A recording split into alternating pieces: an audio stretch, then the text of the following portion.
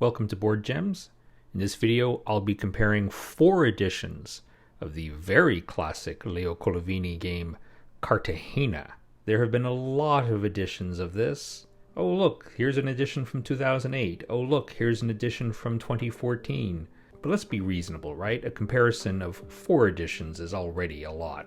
Here are the 4 editions I have access to. We're going to start at the bottom left and go counterclockwise because that is the least intuitive way to do it. So bottom left, Winning Moves 2000. Bottom right, also Winning Moves 2006, I want to say. The top right edition is 2017. I think the original publisher, like the one who was responsible for this production, was Piatnik. And on the top left, that's 2025, brand new from Pretzel Games, Cartagena Escape Diaries. And the backs of the boxes. The 2 older editions, which are in the foreground, are pretty simple. Shows an overall gameplay state and a wall of text. The 2017 top right is very similar, but it shows kind of an alternate way of playing.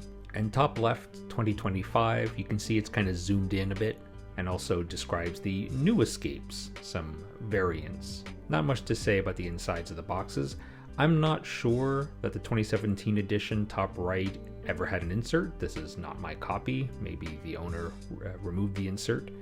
But at least for the other 3, just very simple cardboard inserts with one large well to hold everything. The 2 older Cartagena editions, which are on the top of this 3-game stack here, that's in a standard box size for Winning Moves. You see it in other games like Clans, for example.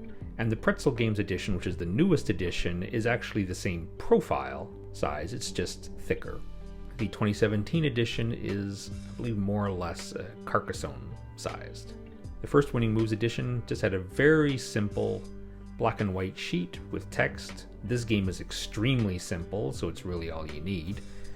Now, of course, a diagram would be helpful, and they do provide one separately, which for older multilingual editions makes a lot of sense. The 2006 edition has exactly the same text on a glossy sheet with smaller sort of italicized text that make it a little bit harder to read, if I'm honest. But it's exactly the same text, and this also comes with a sheet. Very similar idea. This is the 2017 edition, and on the front you'll see that it has 2 different types of tiles. These are actually the fronts and backs of the same tiles.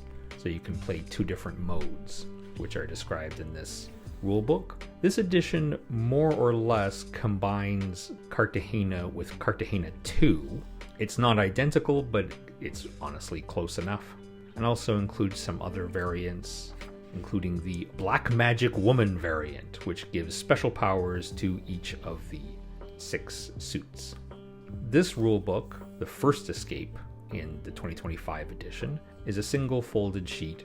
The components are broken up by modules, so you have the first escape, which is this, the basic game, and then you have second and third escape, which is in a separate tiny rulebook. The second tiny rulebook includes completely new variations, including a cute little pirate's hat. Look at that. You can put it on the leader, and then the leader has some special powers, but also as this weird thing, which I'll talk about more, about this weird raft mechanic that is halfway through the tunnel. These are the cards of the 4 editions, going from left to right, from oldest to newest. The oldest editions have an arrow for the face-up draw variant, the Tortuga variant, and interestingly, the newest edition on the right defaults to that as well, drawing from a row of face-up cards, but does not include an arrow. It's not technically needed, though. Older edition symbols are very simple and cartoony, but also iconic, easy to read. Similar ones in 2006, just a little more detail. When we go to 2017, the cards are slightly smaller again, and the suits are different because in this version you can play a way in which all the suits have powers, so the suits have been changed to more closely reflect the power that they are given. But in the newest edition, they reverted back to the original suits. Now, it's nice that the new edition has large cards, but it's interesting because the way they teach you how to play this version is you take the cards from a face-up row. So these larger cards are actually somewhat less convenient because they take up a lot of space on the table. If you were just drawing from a deck, then the larger cards probably be welcome. But if you have a big row of cards, maybe the smaller cards might be appropriate. And interestingly to me, the 2017 edition has the smallest cards, and yet they don't mention that face-up draw as a possible way of playing. You're just only drawing cards from the deck. Here's one example each of some of the boards that come with the 4 editions. You can see they're more or less the same size. Starting in 2017, they're slightly larger, but more or less the same size. And you can see, again, the symbols that we saw on the cards reflected on the boards. You can definitely see the art progression over time here, from very simple and abstract to a very modern style most recently. The goal is to get your pirates to the sloop at the end. So here are the 4 sloops. These sloops are the same in the 2 older Winning Moves editions. The one for the 2025 edition is really big. Here are your pirates. Very simple pawns in the oldest edition. You know, there's something classy about pawns. I still like pawns. I wish more games just used pawns instead of meeples, but that's a personal preference. The 2006 edition's meeples, which juvenile people have made particular comments about, which I won't repeat. 2017's editions, they're just rather formless. Do you think they're just weirdly defined blobs? And in the most recent edition, 2025, yes, we have anthropomorphic animals. Finally! You know, you got crocodiles, and I think that pink one's a hippo.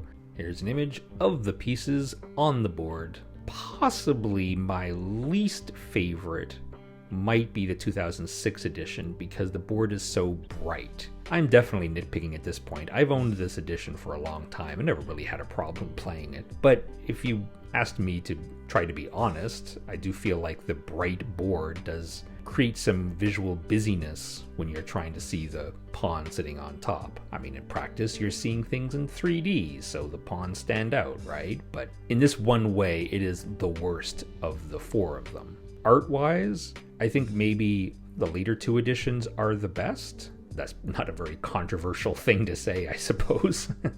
But abstract games don't really bother me, so in terms of clarity, I mean, that old edition is mwah, just lovely. And classy, too. And finally, here's a bunch of extra content that are in the 2 most recent editions. So in this area, we have the extra content for the 2017 edition. Now, the 2017 edition more or less combines Cartagena and Cartagena 2.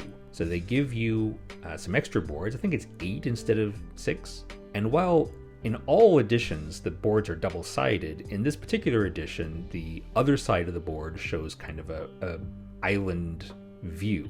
And the idea is that you can play more or less Cartagena 2. But in Cartagena 2, it breaks up the board in the middle, and there's a mechanism for moving a sloop back and forth between the first half of the board and the second half. And in order to draw cards, you don't move one of your pawns backwards, you instead choose to move another player's pawn forward, which is actually kind of nice, because in this case, you'll often choose somebody who's furthest back, so it's a nice little catch-up mechanism.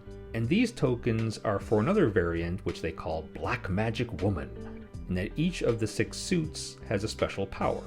And they do all sorts of different things, like the gun allows you basically to rob another player and look at their hand and steal a card from them, that sort of thing.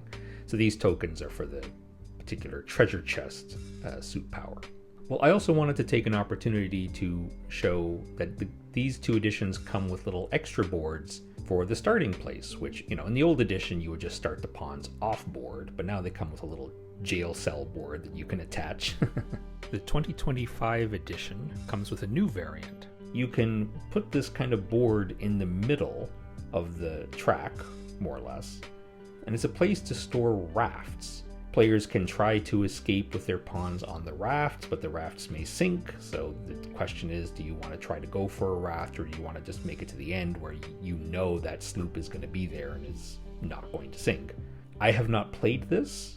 It's weird, and I honestly don't really have any interest in trying this. It just really seems like it makes Cartagena into something that it otherwise isn't.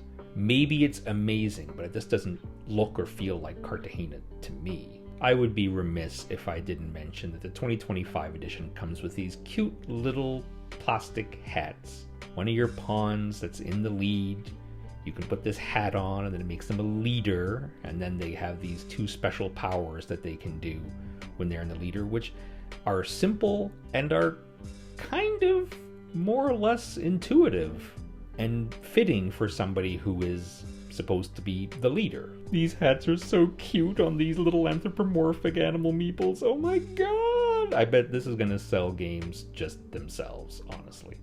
Thank you for watching. Cartagena is still a great game. Okay, bye. Oh, and thanks for watching. And do you like these videos? Consider liking if you like them. Thanks. Cheers.